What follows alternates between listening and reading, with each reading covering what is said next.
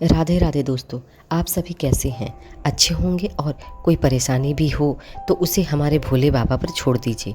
वो देवों के देव महादेव हैं और इतने भोले भंडारी हैं कि थोड़े से आप कोशिश करके अर्थात उनकी प्रार्थना करके आप प्रसन्न उन्हें कर सकते हैं। वो तो इतने भोले हैं कि एक लोटा जल चढ़ाने से ही प्रसन्न हो जाते हैं, इसलिए तो उन्हें पूरा संसार भोले बाबा कहकर पुकारता है। लेकिन क्या आपको पता है, भगवान शंकर जितनी जल्दी प्रसन्न होते हैं उतनी ही जल्दी क्रोधित भी हो जाते हैं।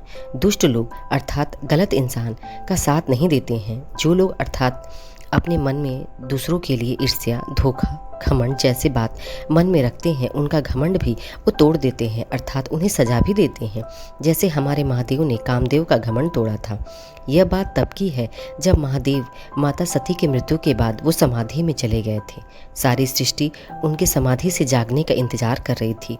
राक्षसों का आतंक काफ़ी बढ़ गया था।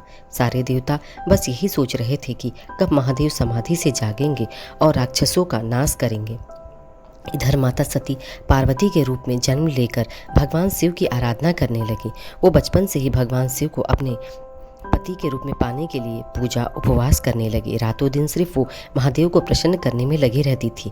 इधर ताड़कासुर का प्रकोप बहुत बढ़ गया था, क्योंकि ताड़कासुर ने ब्रह्मा जी से यह वरदान मांगा था कि भगवान शिव के पुत्र ही मुझे मार सकते हैं, उसके अलावा कोई भी नहीं।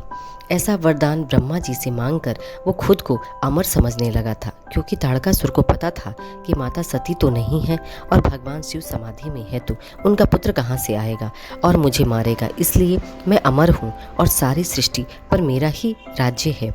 ऐसा सोचकर ताड़कासुर ने आतंक मचा दिया। सारे देवता ब्रह्मा जी के पास जाकर प्रार्थना की कि कुछ करे। ब्रह्मा जी ने कहा कि विष्णु जी के पास चलते हैं, वो कोई रास्ता हमें बतलाएंगे। ऐसा सोचकर सारे भगवान विष्णु जी के पास गए और प्रार्थना करने लगे कि हमें ताड़कासुर से बचाएं। तो विष्णु जी ने कहा कि ब्रह्मा जी के वरदान के अनुसार शिव पुत्र ही ताड़कासुर का वध कर सकता है, इसलिए भगवान शिव का समाधि से जागना बहुत जरूरी है। साथ में पार्वती जी भगवान शिव के पति रूप में पाने के लिए प्रार्थना करते हुए उन्हें काफ़ी वर्ष बीत गया था, इसलिए भगवान शिव का समाधि से जागना होगा, जिसलिए हमें कामदेव की सहायता लेनी होगी। वो ही अब भगवान शिव की समाधि से बाहर ला सकते हैं। सारे देवता कामदेव के पास गए और उनसे कहा कि भगवान शिव के ऊपर आपको अपना वाण छोड़ना होगा ताकि वो समाधि से जाग जाए। तब यह बात कामदेव ने सुनी तो अपनी पत्नी रति से कहा कि आज कामदेव की जरूरत भगवान शिव को भी है। तब उनके बातों में घमंड का बोध हो रहा था। तब रति ने कहा, ये कार्य आपको संसार के हित में करना है, घमंड न करें। वो देवों के देव महादेव हैं, उनसे कुछ भी नहीं छुपा है। सारे देवता कामदेव के साथ उस स्थान पर पहुंचे जहां भोले बाबा समाधि में थे। तब कामदेव ने अपनी धनुष से महादेव के ऊपर प्रहार किया अर्थात अपने वाणों को शिव भोले बाबा के ऊपर प्रहार किया, जिससे भोले बाबा क्रोधित होकर अपनी तीसरी आंख खोल दी, जिसके कारण कामदेव वहीं भस्म हो गए।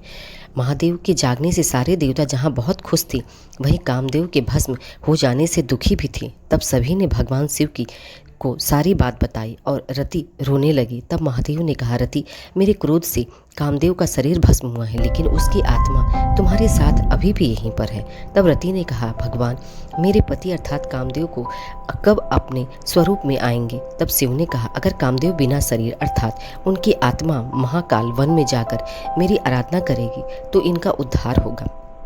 इसके बाद कामदेव ने भगवान की तपस्या की और भगवान शिव उन पर प्रसन्न होकर उन्हें वरदान दिया कि वो द्वापर युग में श्री कृष्ण के पुत्र के रूप में जन्म लेंगे। दोस्तों, श्री कृष्ण के पुत्र प्रद्युम्न ही कामदेव के रूप में इस धरती पर आए थे और उन्हें अपना शरीर प्राप्त हुआ।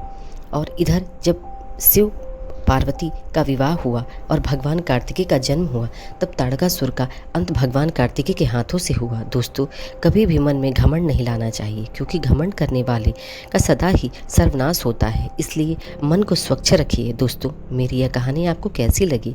अच्छी लगी हो तो प्लीज़ मेरे चैनल को लाइक, सब्सक्राइब और शेयर करें। प्रेम से बोलिए राधे राधे।